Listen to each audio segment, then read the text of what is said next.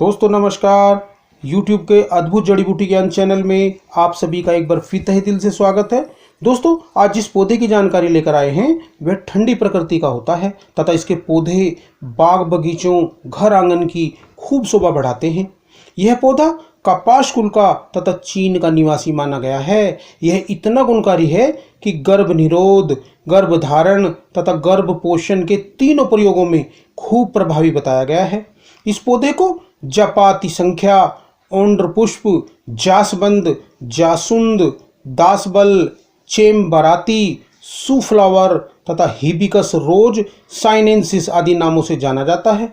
दोस्तों गुड़हल का वृक्ष अनेक शाखाओं, टहनियों वाला, खूब फैलने वाला तथा 5 से 8-10 फीट तक भी ऊंचा हो जाता है।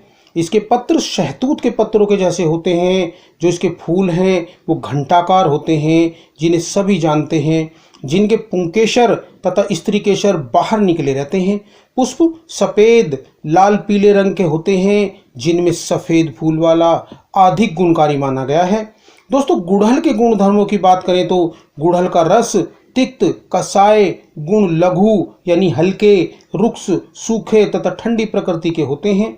यही नहीं, गुड़हल का विपाक भी कटु होता है। यह ठंडी तासीर का होने के कारण कफ व पित्त दोष का शमन करता है। इसके पौधे के 5 अंगों यानी फल, फूल, पत्ती, जड़, तना सभी का औषधीय प्रयोग किया जाता है। दोस्तों इसके स्वरस का 10 से 15 ml तक, पुष्पों के जो चूर्ण है उसका 1 से 2 ग्राम तक प्रयोग किया जाता है।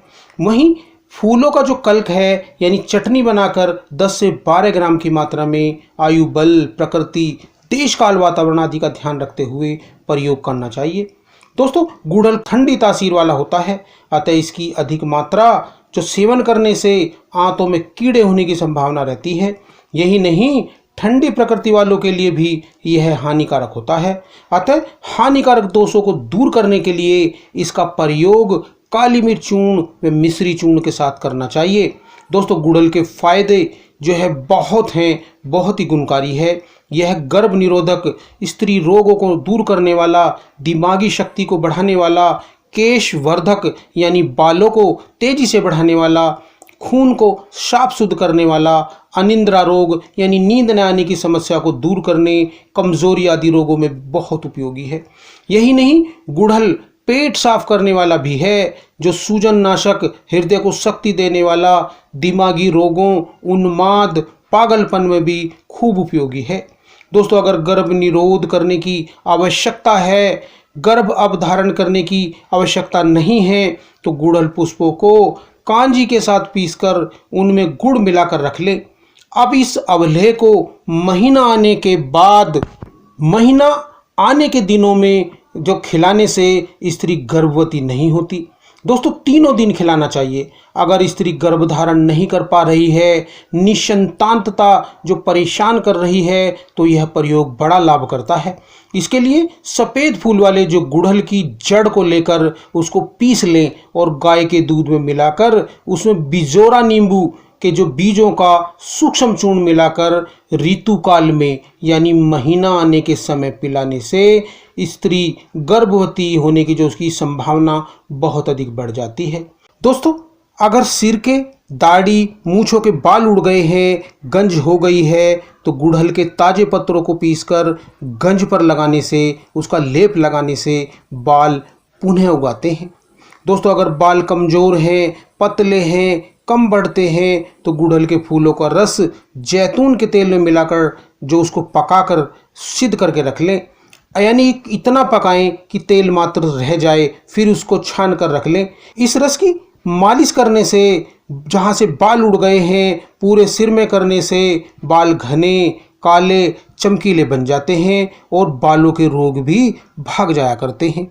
दोस्तों अगर नींद नहीं आती है, अनिद्रा रोग की परेशानी है, आँखों में रात कटती है, सिर भारी रहता है, आँखें कमज़ोर व थकी थकी सी रहती हैं, तो यह तेल बहुत लाभ करता है। इसके लिए गुड़हल के फूल, सफ़ेद गुलाब के फूल, मेहंदी के ताजे पत्र तथा भृंगराज सभी को पीसकर नारियल के तेल में डालकर मंद मंद आंच पर पकाएं और पकते पकते जब तेल मात्र से शेष बचे तो इसे छान कर रख लें। बस दोस्तों, अनिद्रा रोग को दूर करने वाला जो नायाब प्रयोग तैयार है। इस तेल की पैरों के तलवों, मस्तिष्क पर मालिश करने से दिमाग की शक्ति बढ़ जाती है, दिमाग की गर्मी का नाश हो जाता है, दिमागी नसें बहुत ही ताकतवर होकर खूब अच्छी नींद आने लगती है, याद करने की शक्ति भी बढ़ती है। तो इस प्रकार दोस्तों, गुड़हल का पौधा खूब गुणकारी औषधि है। तो जड़ी बूटियों का प्रयोग करें दोस्तों, चिकित्सक सलाह से करें, जानकार की सलाह से करें और अपने में अपने परिवार के स्वास्थ्य की रक्षा करें। दोस्तों अगली वीडियो में फिर मिलते हैं, तब तक के लिए नमस्कार। जय हिंद, जय आयुर्वेद।